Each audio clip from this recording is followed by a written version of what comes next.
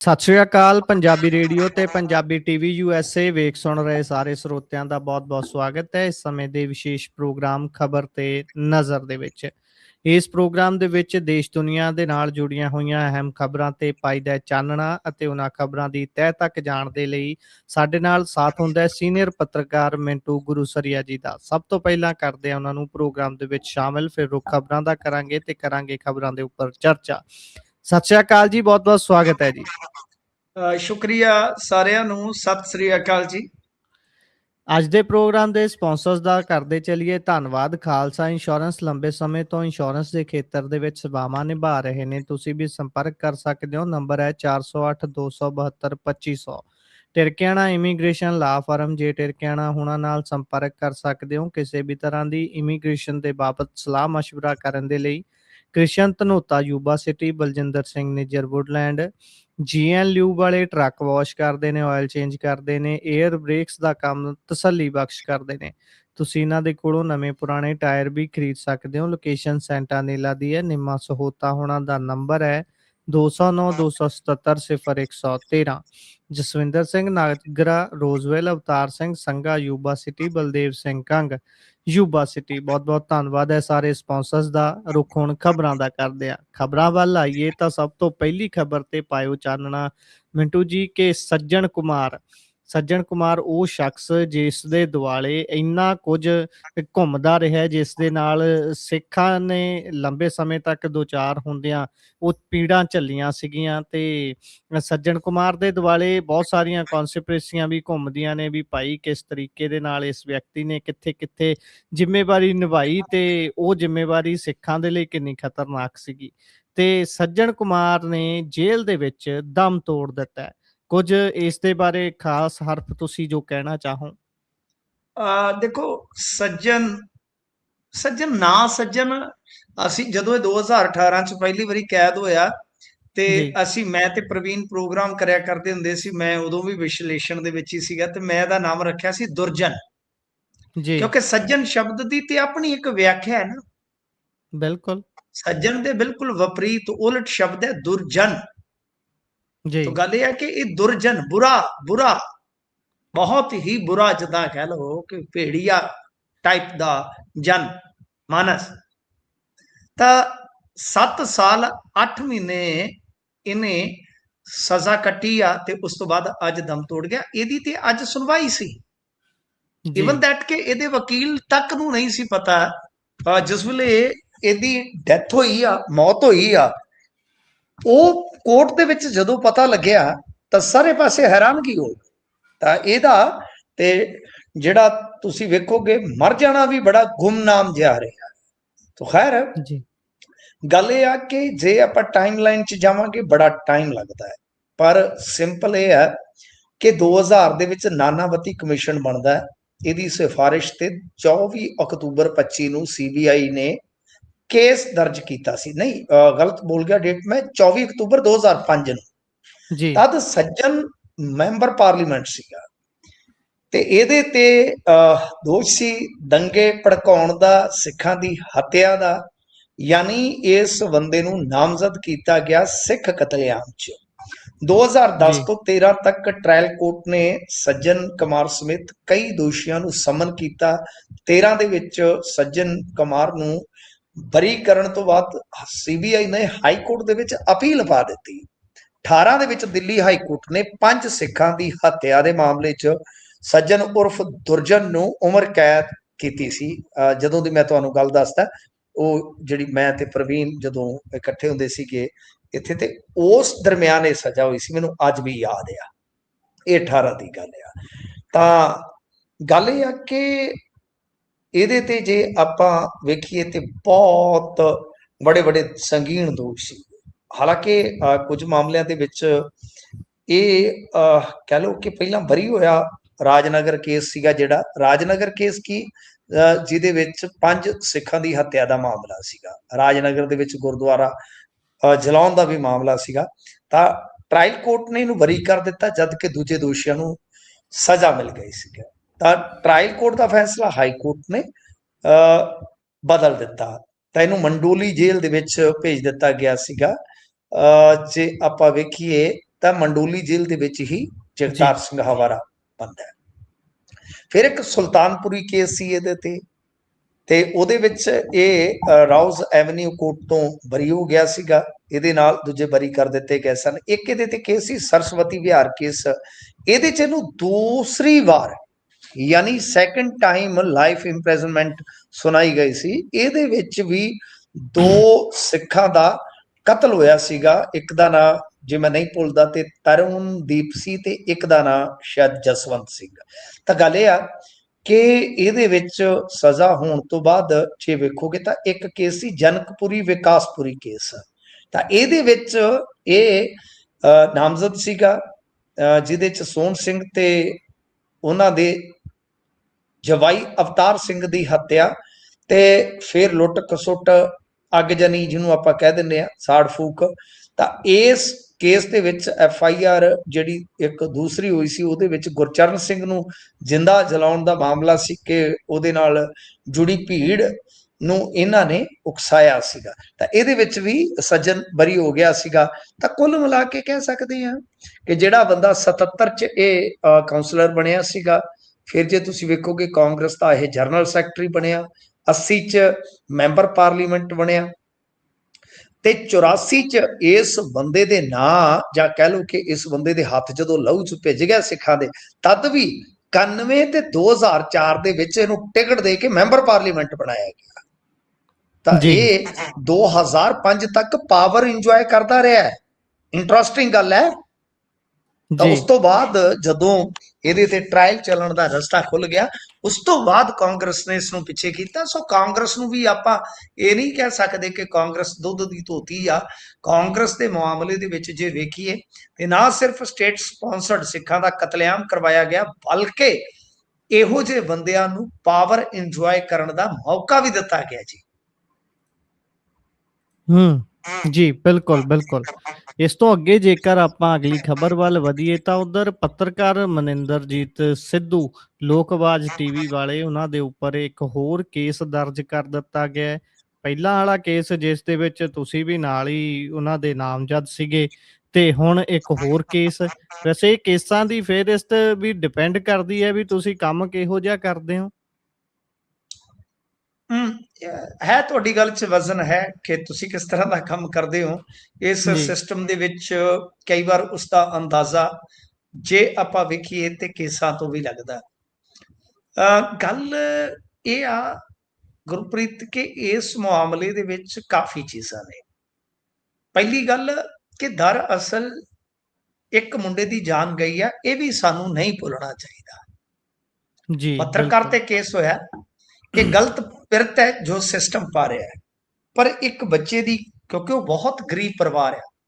ਹੁਣ ਅਸੀਂ ਇੱਥੋਂ ਦੇ ਰਹਿਣ ਵਾਲੇ ਆ, ਮੇਰੇ ਪਿੰਡ ਤੋਂ ਖੁੱਡੀਆਂ ਕੋਈ ਦੂਰ ਨਹੀਂ, ਔਰ ਖੁੱਡੀਆਂ 2 ਨੇ, ਬਹੁਤੇ ਬੰਦੇ ਨੂੰ ਪਤਾ ਹੀ ਨਹੀਂ ਕਿ ਖੁੱਡੀਆਂ ਪਿੰਡ 2 ਨੇ। ਖੁੱਡੀਆਂ ਗੁਲਾਬ ਸਿੰਘ ਅੱਡ ਆ, ਖੁੱਡੀਆਂ ਮਾਹ ਸਿੰਘ ਅੱਡ ਆ ਜੀ। ਤੇ ਇਸ ਪਿੰਡ ਦੇ ਵਿੱਚ ਮਸਲਾ ਕੀ ਆ, ਮੈਂ ਤੁਹਾਨੂੰ ਥੋੜਾ ਜਿਹਾ ਸ਼ਾਰਟਕਟ 'ਚ ਸੁਣਾਉਣਾ ਕਿ ਪਿੰਡ ਦੇ ਵਿੱਚ ਜਿਸ ਤਰ੍ਹਾਂ ਤੁਹਾਨੂੰ ਪਤਾ ਹੀ ਆ, ਖਾਣ ਪੀਣ ਵਾਲੇ ਹੁੰਦੇ, ਉਹਨਾਂ ਦਾ ਲੜਾਈ ਝਗੜਾ ਹੋਇਆ। ਉਸ ਤੋਂ ਬਾਅਦ ਕੋਈ ਤਾਂ ਕਹਿੰਦਾ ਡੀ ਐਡਿਕਸ਼ਨ, ਕੋਈ ਕਹਿੰਦਾ ਹਸਪਤਾਲ, ਉੱਥੇ ਉਹਨਾਂ ਨੂੰ ਖੜਿਆ ਜਾਂਦਾ ਹੈ। ਪੁਲਿਸ ਦਾ ਇੱਕ ਲਿਖਤੀ ਰੁਕਾ ਵੀ ਆ ਮੇਰੇ ਪਾਸ। ਉਸ ਤੋਂ ਬਾਅਦ ਕੀ ਹੁੰਦਾ ਹੈ ਕਿ ਉਹ ਬੰਦੇ ਜਿਹੜੇ ਆ ਉਹ ਇੱਕ ਵੀਡੀਓ ਉੱਥੋਂ ਹੀ ਪਾਉਂਦੇ ਆ ਕਿ ਸਾਡੇ ਪਿੰਡ ਯਾਨੀ ਮੰਤਰੀ ਦੇ ਪਿੰਡ ਆ ਹੋ ਰਿਹਾ, ਵਾਹ ਹੋ ਰਿਹਾ, ਫਲਾ ਹੋ ਰਿਹਾ, ਟਮਕਾ ਹੋ ਰਿਹਾ। ਠੀਕ ਹੈ ਜੀ।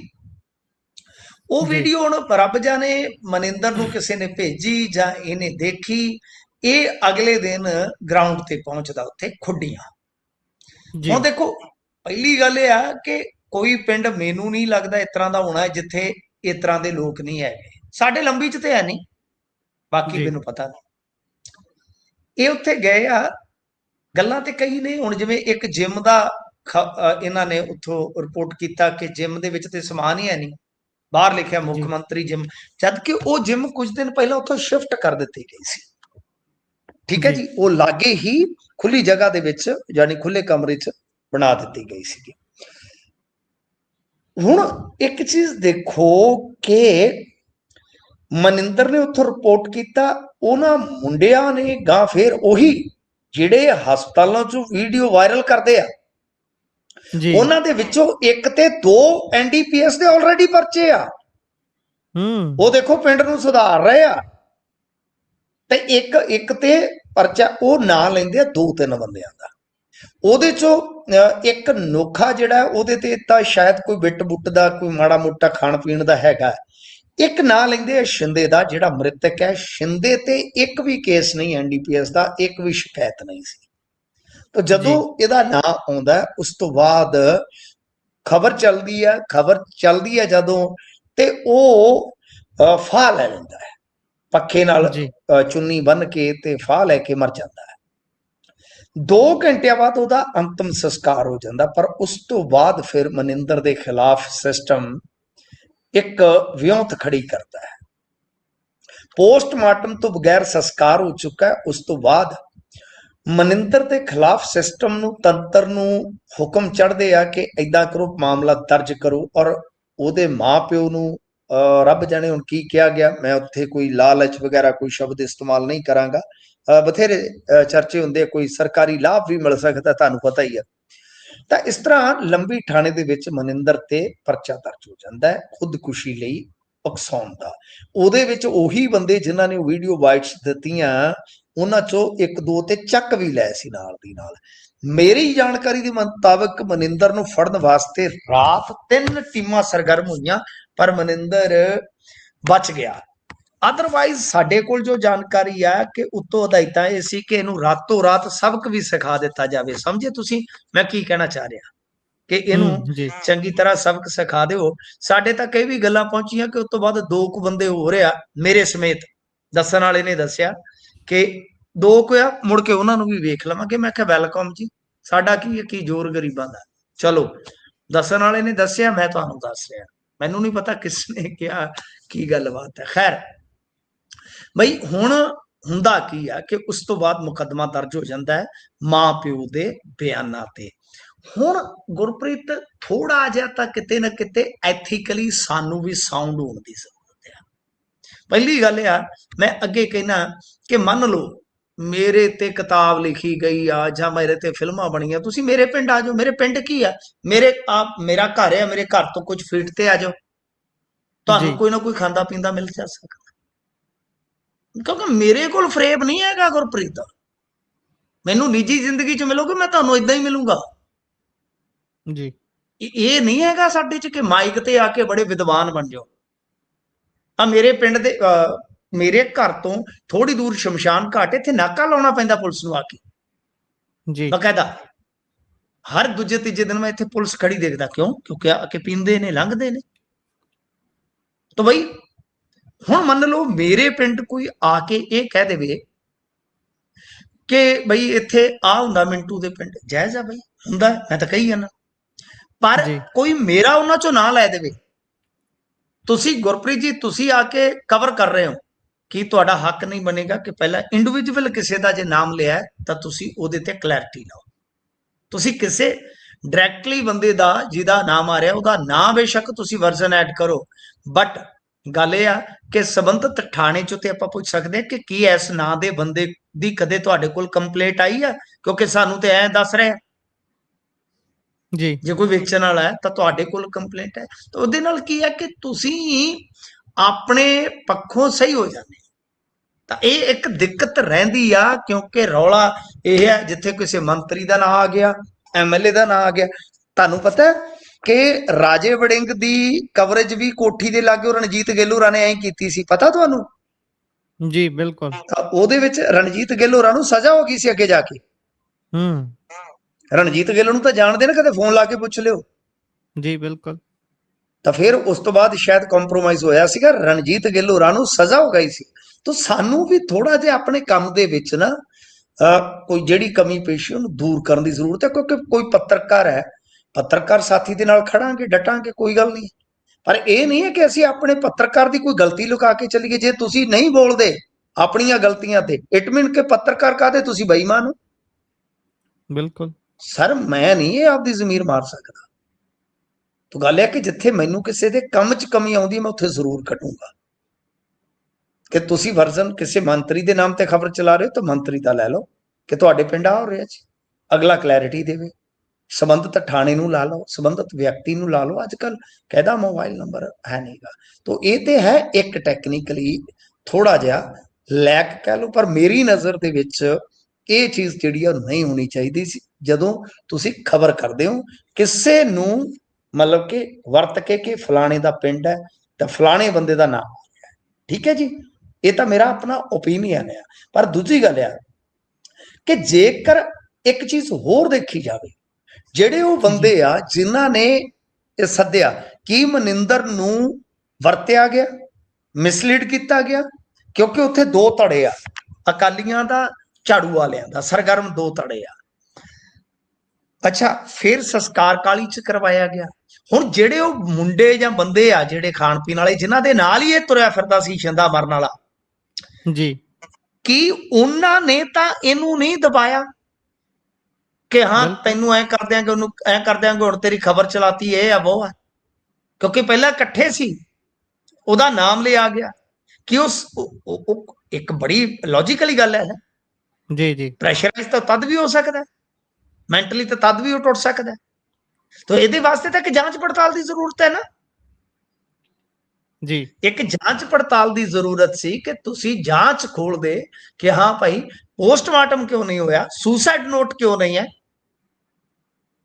जे किसी खबर तो आहत है तो उसने पत्रकार दे नाल कोई संपर्क करने का क्यों नहीं यतन किया। और इदा ते किसी भी खबर दे नाल जुड़े किसी भी बंदे नाल कोई हादसा हो जाता तो कल नूं पत्रकार नूं तुसीं फिर उहदे च जिम्मेवार ठहरा दो। सो ये पिरत गलत है। जिथे साडे बंदे दा किसी काम दे विच कोई ऊना पौना है, मैं उहदे ते उंगल जरूर धरूंगा गुरप्रीत, और मैनूं शिकायत रहिंदी हमेशा, शिकायत रहिंदी है काम दे नाल कि काम बहुत अच्छा करते हैं, बेबाकी नाल करते हैं कुछ बच्चे साडे, पर कुछ कमियां छड्डदे ने। तो पत्रकारिता च कमी नहीं छड्डी जानी चाहिए। हाँ, कदे गलती हो जाए उसनूं करैक्ट किया जाना चाहिए, उहदे तो सिक्ख्या जाना चाहिए, क्योंकि परफेक्ट तो कोई भी नहीं है, पर जे तुसीं गलत हो तो करैक्ट करो। सो कुल मिला के उस तो बाद झाड़ू वाले होए एक्टिव जी, इन्हां ने तैयार किया सारा कुछ, सानू पता है।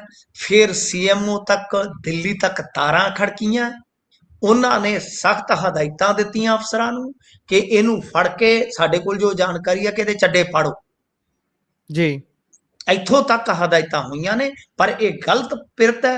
जांच पड़ताल मैं मंगदा, मेरी संवेदना उस परिवार नाल भी है, क्योंकि वह इन्ना गरीब है कि उन्हां दे घर च बैड तक नहीं हैगा जी। जे एडा ही बलैकिया है तो उन्होंने घर दे विच तां 2 मंजे है सिर्फ, तो ना ही ये खिलाफ कोई शिकायत है। सो गल यह है कि मैं इस भाव तो, इस मामले तो कि आहत है, उन्होंने बिल्कुल घर ही सुना हो गया गरीबों का, वो संवेदना है। परंतु उस तो बाद उसकी मौत ते जो गंदा खेड इन्हां लोकां ने खेडिया मनिंदर नूं घेरन वास्ते, वो पिरत भी सही नहीं है। उहदा सुसाइड नोट हुंदा, सुसाइड नोट हुंदा, उहदा बकायदा पोस्टमार्टम हुंदा गुरप्रीत। असी भी कहंदे पर कई चीज़ां जिहड़ियां डाउटफुल रह गईयां ने, शक्की रह गईयां ने। तो मेरे ख्याल दे नाल ये चीज़ां जिहड़ियां सिस्टम वास्ते बड़ियां खतरनाक है कि जिहड़ियां तुसीं पिरतां पा रहे हो, ये पिरतां अगे जाके बहुत वड्डियां मुश्किलां खड़ियां कर सकदियां। बिल्कुल बिल्कुल। इस तो अगे वधिए जेकर ते उधर मजीठीआ ते राजवीर घुम्मण आमो सामने नज़र आ रहे ने। वैसे कोई मौका इदां दा हुंदा नहीं जिहनूं मजीठीआ हुणी कैश करन तो पिछे हटण, ते राजवीर घुम्मण भी हौली हौली सियासी रंग फड़ रहे है। देखो, राजवीर घुम्मण साहब जिहड़े आ वो चलो घुम घमा के हुण बोले ते हैगे आ ना जी, उन्हां ने, पर बई वो जिवें कुछ चीज़ां हुंदियां सिंबोलिकली कि बई चोरां नूं सारे चोर ही दिसदे आ, मेरी चैट दसो, मेरा सबूत दिओ, फलां टमका। पहली गल ये आ कि बई तुहाडी सियासी हैसियत ते कोई है नहीं,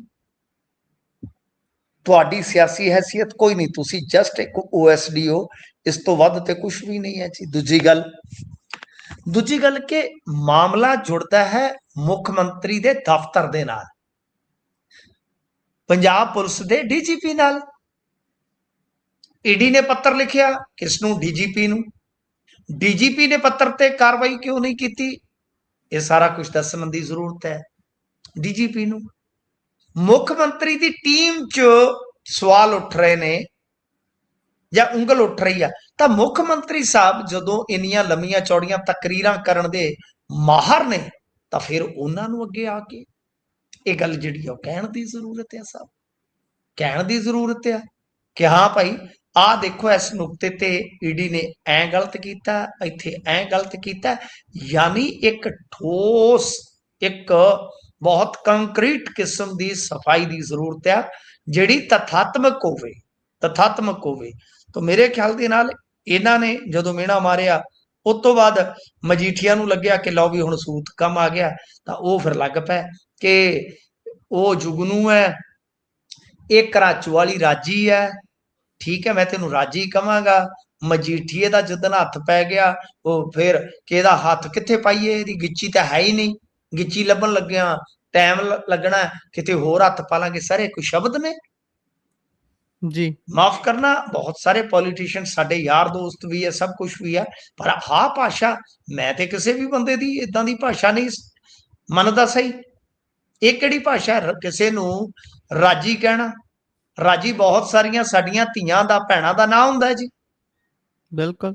ਤਾਂ ਮੇਰੇ ਖਿਆਲ ਦੇ ਨਾਲ ਮਜੀਠੀਆ ਦੀ ਵੀ ਕੋਈ ਸਿਆਣਪ ਨਹੀਂ ਹੈਗੀ ਜੋ ਆਪਣੇ ਆਪ ਚ ਸਿਆਣਾ ਮੰਨ ਕਿ ਹਾਂ ਭਾਈ ਬਹੁਤ ਅਸੀਂ ਸਿਆਣਪ ਤੇ ਮਾਰਕਾ ਦਾ ਕੰਮ ਕਰਦੇ ਆ। ਕਿ ਨਹੀਂ ਸਰ, ਨਹੀਂ ਸਰ, ਇੱਥੇ ਦਿੱਕਤ ਹੈ, ਦਿੱਕਤ ਹੈ ਕਿ ਤੁਸੀਂ ਜਵਾਬ ਦੇਣਾ ਹੈ ਤਾਂ ਤੁਸੀਂ ਆਓ ਤੱਥਾਂ ਤੇ ਕਿ ਭਾਈ ਸਾਹਿਬ ਆਹ ਤੱਥ ਨੇ, ਕਿਉਂਕਿ ਉਹਨਾਂ ਨੇ ਤੁਹਾਡੇ ਤੋਂ ਸਬੂਤ ਮੰਗਿਆ ਕਿ ਮੇਰਾ ਕਿਸੇ ਚੈਟ ਦੇ ਵਿੱਚ ਨਾਂ ਦੱਸੋ ਜੀ, ਮੈਂ ਕਿਸੇ ਤੋਂ ਪੈਸਾ ਵਸੂਲ ਕੀਤਾ, ਸਬੂਤ ਦਿਓ ਜੀ, ਨਹੀਂ ਤਾਂ ਮੈਂ ਮਾਣਾ ਨਹੀਂ ਕਰੂੰਗਾ। ਤਾਂ ਚੋਰਾਂ ਨੂੰ ਸਾਰੇ ਚੋਰ ਦਿਸਦੇ ਆ, ਕੋਈ ਕਸਰ ਉਹਨਾਂ ਨੇ ਵੀ ਨਹੀਂ ਛੱਡੀ। ਤੁਸੀਂ ਸਿਰਫ ਆਪਦੀ ਗੱਲ ਰੱਖੋ, ਅਗਲੇ ਤੋਂ ਤੱਥ ਮੰਗੋ। ਤਾਂ ਇਹਨਾਂ ਨੇ ਵੀ ਜਨਾਬ ਇਹ ਗੱਲ ਜਿਹੜੀ ਹੈ ਨਾ ਉਹ ਠੀਕ ਨਹੀਂ ਕੀਤੀ ਕਿ ਜਿਸ ਤਰ੍ਹਾਂ ਦਾ ਇੱਕ ਨਿੱਜੀ ਹਮਲਾ। ਤਾਂ ਮੇਰੇ ਖਿਆਲ ਦੇ ਨਾਲ ਮੈਨੂੰ ਤੇ ਲੱਗਦਾ ਹੈ ਕਿ ਆਉਣ ਵਾਲੇ ਦਿਨਾਂ ਦੇ ਵਿੱਚ ਹੁਣ ਆਪਾਂ ਵੇਖਾਂਗੇ ਕਿ ਬਹੁਤ ਹੀ ਜ਼ਿਆਦਾ ਜਿਹੜਾ ਹੈ ਨਾ, ਬਹੁਤ ਹੀ ਜ਼ਿਆਦਾ ਪੰਗਾ ਪੈਣ ਵਾਲਾ ਹੈ, ਕਿਉਂਕਿ ਸ਼ਬਦਾਂ ਦਾ ਮਿਆਰ ਦਿਨ ਬਾਅਦ ਦਿਨ ਡਿੱਗਦਾ ਜਾਏਗਾ। ਗੁਰਪ੍ਰੀਤ ਬਿਲਕੁਲ ਬਿਲਕੁਲ, ਇਹ ਮਿਆਰ ਤਾਂ ਬਿਲਕੁਲ ਹੀ ਨਿਗਾਰ ਵੱਲ ਹੀ ਜਾਂਦਾ ਨਜ਼ਰ ਆ ਰਿਹਾ। ਲਗਾਤਾਰ ਮੁੱਦਿਆਂ ਦੀ ਕਮੀ ਹੈ ਇਹਨਾਂ ਦੇ ਕੋਲ, ਪਰ ਇਹੋ ਜਿਹਾ ਕੰਮ ਚੱਕ ਕੇ ਰੱਖਦੇ ਨੇ ਜਦੋਂ ਕਿਸੇ ਨੂੰ ਰਗੜਨਾ ਹੋਵੇ। ਅੱਗੇ ਵਧੀਏ ਤਾਂ ਰਾਹੁਲ ਗਾਂਧੀ ਦੇ ਪੰਜਾਬ ਪ੍ਰੋਗਰਾਮ ਦਾ ਐਲਾਨ ਹੋਇਆ ਜੀ। ਕੀ ਰਹਿਣ ਵਾਲਾ ਇਹਨਾਂ ਦਾ ਪ੍ਰੋਗਰਾਮ? ਆਉਣਗੇ, ਕੁਰਕੀ ਪਾ ਕੇ ਜਾਣਗੇ ਇੱਕ ਵਾਰ ਮੁੜ ਕੇ, ਜਿੱਦਾਂ ਬਰਨਾਲੇ ਚ ਪਾਈ ਸੀ?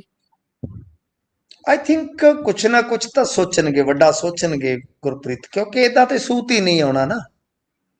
ਅੱਜ ਹੀ ਅਸੀਂ ਗੱਲ ਕਰ ਰਹੇ ਸੀ ਕਿਤੇ ਸਮੀਕਰਨਾਂ ਦੀ, ਤਾਂ ਮੈਂ ਕਿਹਾ ਯਾਰ ਸਮੀਕਰਨ ਤੇ ਇੰਨੀ ਜਲਦੀ ਬਦਲਦੇ ਆ ਕਿ ਜੇ ਤੁਸੀਂ ਵੇਖੋਗੇ ਅੱਜ ਬੀਬਾ ਬਾਦਲ ਨੇ ਸਿੱਧਾ ਹੀ ਸੰਕੇਤ ਦੇ ਦਿੱਤਾ ਕਿ ਸਾਡਾ ਗੱਠਜੋੜ ਹੋਣ ਜਾ ਰਿਹਾ ਲੌਂਗੋਵਾਲ ਵਿਖੇ ਜੀ। ਉਹ ਬੋਲੇ ਕਿ ਇਹੋ ਜਿਹੇ ਸਮਝੌਤੇ ਹੋਣ ਜਿਹਦੇ ਨਾਲ ਦਿੱਲੀ ਤੋਂ ਤੁਹਾਡੇ ਵਿਕਾਸ ਤੇ ਕੰਮ ਹੋਣ।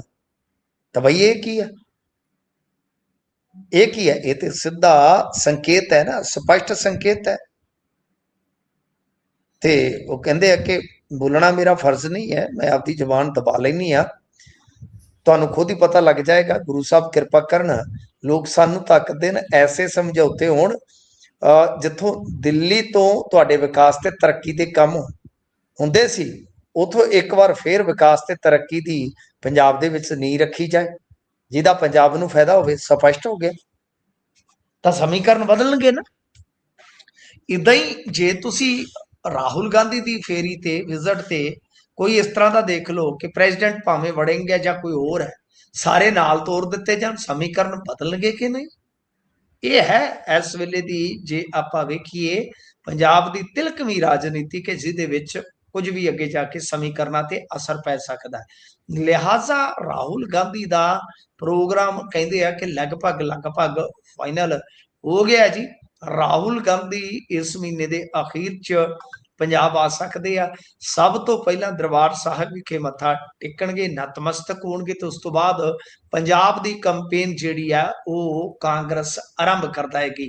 ਤਾਂ ਇੱਧਰ ਚੰਨੀ ਸਾਹਿਬ ਤੇ ਅੱਜ ਪੇਪਰ ਹੱਲ ਕਰਦੇ ਨਜ਼ਰ ਆਏ ਨੇ ਸਰ, ਨਜ਼ਰ ਆਏ ਨੇ, ਤੇ ਉਹਨਾਂ ਦੀਆਂ ਫੁਟੇਜ ਜਿਹੜੀਆਂ ਉੱਥੋਂ ਵਾਇਰਲ ਹੋਈਆਂ ਨੇ, ਉਹਨਾਂ ਨੂੰ ਲੈ ਕੇ ਵੀ ਕਾਫੀ ਹਾ ਹੱਲਾ ਹੋਇਆ कि उन्होंने कैमरामैन का काम कौन कर रहा सी जदों पेपर च बैठे सन। वे कल पेपर कर दी दा हंझुआं नाल हो गया गच मित्रा। बई चन्नी साहब पेपर करते सी तां ये तस्वीरां कौन लै रहा सीगा ਵੱਖ-ਵੱਖ ਐਂਗਲਾਂ ਤੋਂ। ਤਾਂ ਯਾਨੀ ਚੰਨੀ ਸਾਹਿਬ ਹੁਣ ਪੇਪਰ ਦੇ ਕੇ पेपर पा के की आने वाले दिनों ਦੇ ਵਿੱਚ ਰਾਹੁਲ ਗਾਂਧੀ ਦੇ ਮੋਢੇ ਨਾਲ ਮੋਢਾ ਲਾ ਕੇ ਚੱਲਣਗੇ। ਵੱਡਾ ਸਵਾਲ ਆ ਕਿ ਜਾਂ ਕਿਤੇ ਯੂਨੀਵਰਸਿਟੀ ਨਾ ਬਦਲ ਜਾਣ ਮਾਈਗ੍ਰੇਸ਼ਨ ਕਰਾ ਕੇ। ਇਹ ਵੀ ਤੇ ਹੋ ਜਾਂਦਾ ਨਾ ਕਈ ਵਾਰ, ਤੁਹਾਨੂੰ ਪਤਾ, ਤੁਸੀਂ ਜ਼ਿਆਦਾ ਪੜ੍ਹੇ ਲਿਖੇ ਲੋਕ ਹੋ। ਤੋ ਖੈਰ ਦੇਖਦੇ ਆ। ਪਰ ਰਾਹੁਲ ਗਾਂਧੀ ਬਾਰੇ ਇਹ ਕਨਸੂਆਂ ਹਨ ਕਿ ਉਹਨਾਂ ਦਾ ਪ੍ਰੋਗਰਾਮ ਲਗਭਗ ਫਾਈਨਲ ਆ ਤੇ ਉਹਨਾਂ ਦੀ ਕੰਪੇਨ ਦਰਬਾਰ ਸਾਹਿਬ ਮੱਥਾ ਟੇਕਣ ਤੋਂ ਉਪਰੰਤ ਆਰੰਭ ਹੋ ਜਾਏਗੀ ਜੀ। ਜੀ ਵੇਖਾਂਗੇ ਕੀ ਬਣਦਾ ਪੰਜਾਬ ਦੇ ਵਿੱਚ ਕਾਂਗਰਸ ਦੇ ਨਾਲ, ਕਿਉਂਕਿ ਜਿਹੋ ਜਿਹੇ ਹਾਲਾਤ ਹੁਣ ਨਜ਼ਰ ਆ ਰਹੇ ਨੇ ਉਸ ਦੇ ਹਿਸਾਬ ਨਾਲ ਤਾਂ ਮੰਦਾ ਹੀ ਚੱਲ ਰਿਹਾ ਕੰਮ। ਅੱਗੇ ਵਧੀਏ ਤਾਂ ਉਧਰ ਭੱਜੀ ਫੇਰ ਵੀਡੀਓ ਮਾਮਲੇ ਦੇ ਵਿੱਚ ਫਸੇ ਨੇ। ਹਰਭਜਨ ਸਿੰਘ ਨੇ ਇੱਕ ਵੀਡੀਓ ਪੋਸਟ ਕੀਤਾ ਸਕੂਲ ਨਾਲ ਜੁੜਿਆ ਸਰ, ਉਹ 2018 ਦਾ ਨਿਕਲ ਆਇਆ, ਦੱਸਦੇ ਕਿ ਜਦੋਂ ਕੈਪਟਨ ਸਰਕਾਰ ਸੀਗੀ। ਤਾਂ ਭਾਈ ਮੈਨੂੰ ਸਮਝ ਨਹੀਂ ਆ ਰਹੀ ਕਿ ਹਰਭਜਨ ਸਿੰਘ ਵਰਗੇ ਬੰਦੇ ਵਾਰ-ਵਾਰ ਵਾਈਡ ਬਾਲਾਂ ਕਿਉਂ ਪਾ ਰਹੇ ਆ।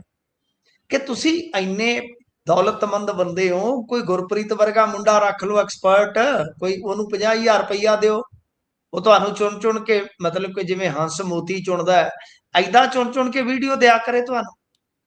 ਤੇ ਜੇ ਥੋੜਾ ਜਿਹਾ ਹੋਰ ਕਰ ਦਿਓ, ਲੱਖ ਰੁਪਈਆ ਤੇ ਗੱਡੀ ਦੇ ਦਿਓ ਕਿਸੇ ਨੂੰ, ਤੇ ਅਗਲਾ ਗਰਾਊਂਡ ਤੋਂ ਜਾ ਕੇ ਤੁਹਾਨੂੰ ਵੀਡੀਓ ਬਣਾ ਕੇ ਦਿਆ ਕਰੇ, ਨਾਲੇ ਅਪਲੋਡ ਕਰਿਆ ਕਰੇ, ਨਾਲੇ ਥੰਬਨੇਲ ਟਿਕਾ ਕੇ ਇਹੋ ਜਿਹਾ ਆਇਆ ਹੈ, ਨਾਲੇ ਤੁਹਾਨੂੰ ਪੈਸੇ ਆਉਣ, ਵਿਊਜ਼ ਆਉਣ।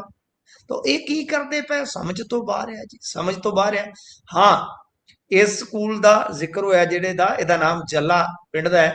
ਤੇ ਉੱਥੇ ਫਿਰ ਜਿਹੜੇ ਆਪਣੇ ਸਿੱਖਿਆ ਮੰਤਰੀ ਆ ਉਹ ਵੀ ਪਹੁੰਚੇ, ਉਹਨਾਂ ਨੇ ਤੇ ਦਿਖਾਇਆ ਕਿ ਆਹ ਵੇਖੋ ਜੀ ਇੱਥੇ ਤੇ ਸਭ ਕੁਝ ਠੀਕ ਹੈ, ਪਰ ਉਸ ਵੀਡੀਓ ਦੇ ਵਿੱਚ ਟਾਇਲਟ ਵਗੈਰਾ ਦਾ ਹਾਲ ਬੜਾ ਮਾੜਾ ਹੈ। ਤਾਂ ਵਾਰ-ਵਾਰ ਇਹ ਗਲਤੀ ਕਰ ਰਹੇ ਨੇ ਭਾਜੀ, ਮੇਰੇ ਖਿਆਲ ਦੇ ਨਾਲ ਇਦਾਂ ਆਪਣੇ ਆਪ ਨੂੰ ਬਹੁਤ ਜ਼ਿਆਦਾ ਕਮਜ਼ੋਰ ਕਰ ਰਹੇ ਨੇ, ਕਿਉਂਕਿ ਕਈ ਵਾਰ ਇਹਨਾਂ ਨੇ ਪਹਿਲਾਂ ਵੀ ਟਵੀਟ ਕੀਤਾ, ਡਿਲੀਟ ਕੀਤਾ, ਐਡਿਟ ਕੀਤਾ, ਭੱਜ ਗਏ, ਫਿਰ ਉਹ ਵੀਡੀਓ ਤੇ ਬਹੁਤ ਫਸੇ ਸੀ। ਇਹਨਾਂ ਨੇ ਅੱਜ ਤੱਕ ਸਰਕਾਰ ਨੂੰ ਇਹ ਵੀ ਨਹੀਂ ਘੇਰਿਆ ਕਿ ਜਿਹੜੀ ਉਹ ਗੰਗਾ ਨਗਰ ਵਾਲੀ ਵੀਡੀਓ ਆ ਤੁਸੀਂ ਕਹਿ ਰਹੇ ਹੋ, ਤਾਂ ਉਹ ਗੰਗਾ ਨਗਰ ਦੇ ਕਿਸ ਇਲਾਕੇ ਦੀ ਆ, ਘੱਟੋ ਘੱਟ ਸਾਨੂੰ ਉਹ ਤੇ ਦੱਸੋ। ਤਾਂ ਮਤਲਬ ਕਿ ਹਰ ਵਾਰੀ ਇਦਾਂ ਜੇ ਸੈਲਫ ਗੋਲ ਕਰਾਉਂਦੇ ਰਹੇ ਤੇ ਮੇਰੇ ਖਿਆਲ ਦੇ ਨਾਲ ਇਹਨਾਂ ਨਾਲ ਕਿਸੇ ਨੇ ਮੈਚ ਹੀ ਨਹੀਂ ਪਾਉਣਾ ਕਿ ਬਾਈ ਛੱਡ ਗੋਲ ਕਰਨ ਦੀ, ਤੇ ਨੌਬਤ ਹੀ ਨਹੀਂ ਆਉਂਦੀ, ਇਹ ਆਪ ਹੀ ਗੋਲ ਕਰੀ ਜਾਂਦਾ ਹੈ। ਜੀ ਵੀ ਸਾਡਾ ਖਾਤਾ ਤਾਂ ਜ਼ੀਰੋ ਰਹਿ ਜੂ, ਇਹਨੇ ਤਾਂ ਆਪੇ ਹੀ ਆਪਣੀ ਝੋਲੀ ਭਰ ਲੈਣੀ। ਖੈਰ ਅੱਗੇ ਵਧੀਏ ਤਾਂ ਕਿਸਾਨ ਆਗੂ ਦੇ ਭਰਾ ਦੇ ਕਾਤਲ ਦੀ ਲਾਸ਼ ਮਿਲੀ ਹੈ। ਕੌਣ ਕਿਸਾਨ ਆਗੂ ਹੈ, ਕੀ ਵਾਪਰਿਆ ਜੀ? ਦੇਖੋ, ਇਹ ਮਾਮਲਾ ਮਾਝੇ ਦਾ, ਇੱਕ ਕਿਸਾਨ ਯੂਨੀਅਨ ਹੈ ਉੱਥੇ ਮਝੈਲਾਂ ਦੀ, ਮਝੈਲ ਇਹ ਇਧਰਲੇ ਇਲਾਕੇ 'ਚ ਆ, ਜਿੱਦਾਂ ਤੁਸੀਂ ਕੋਟ ਬੁੱਢਾ ਵਾਲੀ ਸਾਈਡ ਕਿਤੇ ਗਏ ਹੋ, ਜੇ ਨਹੀਂ ਤਾਂ ਮੈਂ ਹੋਰ ਸੌਖਿਆਂ ਕਰ ਦੇਣਾ। ਆ ਜਿਹੜਾ ਪੱਟੀ ਹੈ, ਪੱਟੀ ਮੋੜ, ਇਹ ਇਲਾਕਾ ਹੈ ਇਧਰ ਹਰੀਕੇ ਤੇ ਪੱਟੀ ਦੇ ਵਿਚਾਲੇ ਪਿੰਡ ਆ। ਬੂ ਹਰੀਕੇ ਦੇ ਬਿਲਕੁਲ ਨਾਲ ਆ, ਗਾਂ ਪਰਾ ਟੱਪ ਜੋਗੇ ਕੋਟ ਬੁੱਢਾ ਆ ਜਾਂਦਾ ਹੈ। ਮੈਂ ਸਾਰੇ ਪਿੰਡ ਬੜੇ ਚੰਗੀ ਤਰ੍ਹਾਂ ਦੇਖੇ ਆ। ਤਾਂ ਇਹ ਇਲਾਕਾ ਹੈ ਤੇ ਇੱਥੇ ਇੱਕ ਸਤਨਾਮ ਸਿੰਘ ਨਾਂ ਦਾ ਕਹਿ ਲਓ ਕਿ ਆਗੂ, ਉਹਦੇ ਭਰਾ ਨੂੰ ਥ੍ਰੈਟ ਸੀ, ਬਾਅਦ ਦੇ ਵਿੱਚ ਉਹਨੂੰ ਮਾਰ ਦਿੱਤਾ ਗਿਆ ਜੀ। ਜਿਸ ਬੰਦੇ ਨੇ ਮਾਰਿਆ ਤਾਂ ਉਹਦੇ ਬਾਰੇ ਉਹ ਕਿਸਾਨ ਆਗੂ ਨੇ ਕਿਹਾ ਕਿ ਯਾਰਾਂ ਵਾਂਗੂ, ਭਰਾਵਾਂ ਵਾਂਗੂ ਨਾਲ ਹੀ ਰਿਹਾ, ਕਿ ਮੈਨੂੰ ਖਤਰਾ ਹੈ, ਰੱਖ 4 ਦਿਨ ਮੇਰੇ ਮਗਰ ਪੁਲਿਸ ਆ ਜਾਂ ਫਲਾਂ ਟਮਕਾ। ਤੇ ਮੁੜ ਕੇ ਜਦੋਂ ਸਮਾਂ ਲੱਗਿਆ ਕਿਉਂਕਿ ਉਹਦੇ ਨਾਲ ਕੁਝ ਗੈਂਗਸਟਰ ਜਿਹੜੇ ਆ ਖੈਬੜਦੇ ਸੀ ਪਾਲੇ ਨਾਲ, ਪਾਲਾ ਇਹਦਾ ਛੋਟਾ ਭਰਾ ਸੀ ਕਿਸਾਨ ਆਗੂ ਦਾ, ਕਿ ਉਹ ਸਿੱਧਾ ਮਾਰ ਨਹੀਂ ਸੀ ਸਕਦੇ, ਸਿਕਿਉਰਿਟੀ ਇਹਨਾਂ ਨੇ ਦਿੱਤੀ ਨਹੀਂ ਹੈ, ਪਰ ਪਿੱਠ ਪਿੱਛੇ ਵਾਰ ਕਰ ਗਿਆ, ਮੇਰੇ ਭਰਾ ਨੂੰ ਮਾਰ ਗਿਆ। ਉਹਨੇ ਉਦੋਂ ਹੀ ਕਿਹਾ ਸੀ, ਉਹਨੇ ਆਖਿਆ ਕੁਝ ਵੀ ਹੋ ਜਾਏ ਹੁਣ ਛੱਡਾਂਗੇ, ਅਸੀਂ ਗਾਹ ਤੱਕ ਜਾਵਾਂਗੇ। ਤਾਂ ਅੱਜ ਕੀ ਹੁੰਦਾ ਹੈ ਕਿ ਕੱਲ ਨੂੰ ਉਹਦਾ ਭੋਗ ਪੈਣਾ ਪਾਲੇ ਦਾ। ਤਾਂ ਇਹ ਜਿਹੜਾ ਲਵਦੀਪ ਆ ਕਿ ਲਵਪ੍ਰੀਤ ਆ, ਇਹਦੀ ਡੈਡ ਬੋਡੀ ਜਿਹਦੀ ਵੀਡੀਓ ਮੈਂ ਹੁਣੇ ਦੇਖ ਰਿਹਾ ਸੀਗਾ, ਮੈਨੂੰ ਕਿਸੇ ਨੇ ਭੇਜੀ ਉਧਰੋਂ ਮਾਝੇ ਚੋਂ, ਬਹੁਤ ਬਰੂਟਲੀ ਵੱਢਿਆ ਵੀ ਗਿਆ, ਗੋਲੀਆਂ ਵੀ ਮਾਰੀਆਂ ਗਈਆਂ ਨੇ ਸ਼ਾਇਦ, ਤੇ ਇਹ ਉਸੇ ਲੀਡਰ ਦੇ ਘਰੇ ਡੈਡ ਬੋਡੀ ਮਿਲੀ ਆ। ਹੁਣ ਉਹਨਾਂ ਦਾ ਬਜ਼ੁਰਗ ਦੱਸਦਾ ਹੈ ਕਿ ਇਹ ਜੀ ਕੋਈ ਕਾਰ ਚ ਆਏ ਨੇ, ਉਹ ਸੁੱਟ ਗਏ ਆ, ਪਰ ਨੰਗਨ ਹਾਲਤ ਦੇ ਵਿੱਚ ਬਹੁਤ ਬਰੂਟਲੀ ਮਾਰਿਆ ਗਿਆ। ਤਾਂ ਇਹ ਮੁੱਢਲੇ ਤੌਰ ਤੇ ਸਮਝਿਆ ਜਾਂਦਾ ਹੈ ਕਿ ਦਰਅਸਲ ਪਾਲੇ ਦਾ ਬਦਲਾ ਹੀ ਉਸ ਕਿਸਾਨ ਆਗੂ ਨੇ, ਯਾਨੀ ਆਪਦੇ ਭਰਾ ਦਾ ਬਦਲਾ ਜਿਹੜਾ ਉਹ ਲਿਆ ਭੋਗ ਤੋਂ ਪਹਿਲਾਂ ਹੀ। ਜੀ। ਇਸੇ ਦੇ ਨਾਲ ਪ੍ਰੋਗਰਾਮ ਦਾ ਸਮਾਂ ਇੱਥੇ ਹੀ ਸਮਾਪਤ ਹੁੰਦਾ ਹੈ। ਤੁਸੀਂ ਜੁੜੇ ਜਾਣਕਾਰੀਆਂ ਸਾਂਝੀਆਂ ਕੀਤੀਆਂ। ਬਹੁਤ-ਬਹੁਤ ਧੰਨਵਾਦ ਜੀ। ਸ਼ੁਕਰੀਆ ਜੀ।